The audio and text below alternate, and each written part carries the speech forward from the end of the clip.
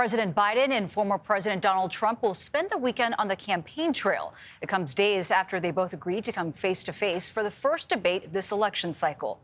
On Friday, Trump campaigned in Minnesota. He headlined the state GOP's annual fundraising dinner in St. Paul and told the crowd he could win the traditionally Democratic state in November. In Washington, President Biden spoke at an NAACP event to mark the 70th anniversary of Brown v. Board of Education. The president is capping off a week of intense outreach to voters deemed crucial to his re-election bid. Natalie Brand is at the White House. Natalie, good morning. Good morning, Nancy. President Biden will be leaving for Atlanta later this morning, and on Sunday, he'll be visiting a college campus, addressing students amid the widespread demonstrations over Gaza that erupted a month ago. His travel this weekend also aims to regain the support of voters who helped get him elected to the White House in 2020. 70 years after Brown versus Board, there are some forces trying to deny freedom of opportunity for all Americans. President Biden speaking on the anniversary of the landmark Supreme Court ruling that struck down racial segregation in public schools, slammed former President Trump and his GOP allies. My predecessor and his extreme MAGA friends are responsible for taking away other fundamental freedoms, from the freedom to vote to the freedom to choose. This weekend, the president is focusing on reaching young voters and black voters.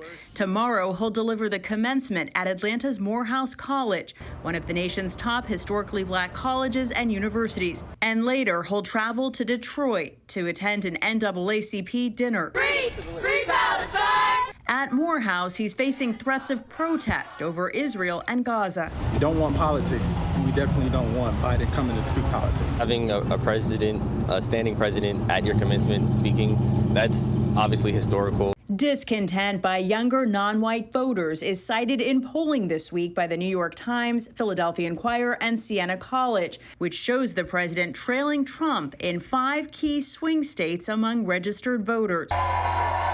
The former president Friday night campaigned in St. Paul, Minnesota, speaking at a state GOP dinner, arguing he has a shot of winning the state despite losing it twice before. This is a great state. We're going to win this state. He also received a standing ovation after falsely claiming once again the 2020 election was rigged. The radical left Democrats rigged the presidential election in 2020, and we are not going to allow them to rig the presidential election in 2024.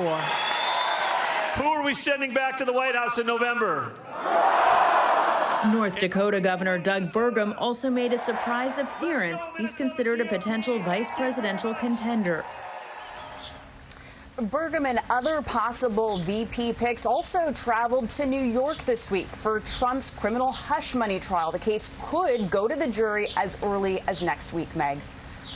Natalie, thank you.